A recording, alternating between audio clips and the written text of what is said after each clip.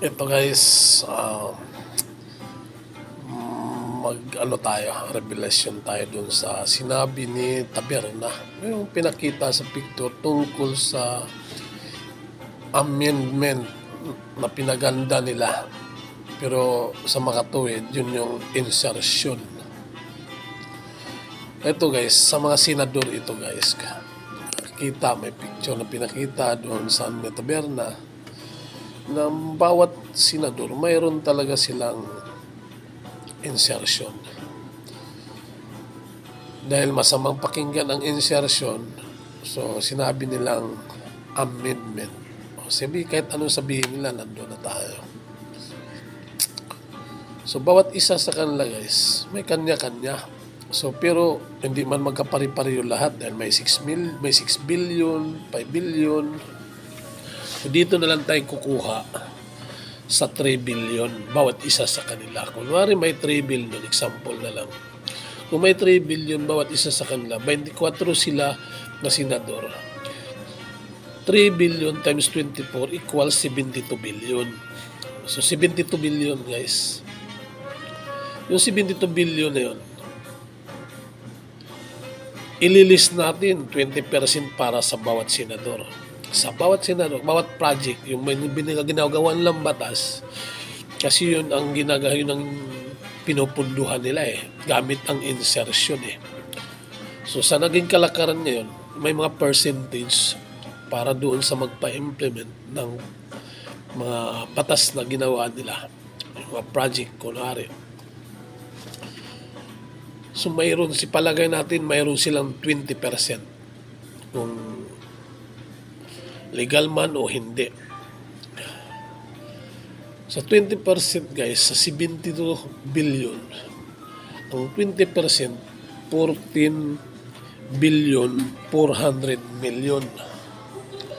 So yan ang magiging percentage ngayon. Kung hahatiin mo yun sa 24 na senador guys, maglalaro yun sa 500 million per senator sa bawat isa sa kanila kung sino man yung gumawa ng insertion. Kung makita mo guys kung gaano kalaki ang 14 billion, kung ilang tao na ang pwedeng pakainin, napakadami na. Kung ilang tao na ang matutulungan, napakadami na. Diba? Kaya guys, yung mga senador, pagdating ng eleksyon, talagang gumagastos sila. Kasi ito, sa isang taon pa lang ito. Isipin, isang taon kikita nilang 500 billion. Kung ito man ang naging kalakaran. 500 billion. Tama lang na gumagastos sila. Kahit 500 billion, gagastos sila sa bawat eleksyon. 6 na taon silang manunungkulan. So, ibig sabihin, kikita sila ng 3 billion. Sa loob ng 6 na taon, ililist natin yung 500 billion na ginastos nila sa... Tada, bye-bye!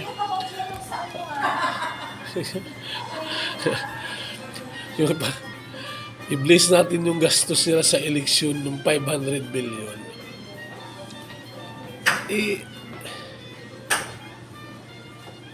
Tubo pa rin sila ng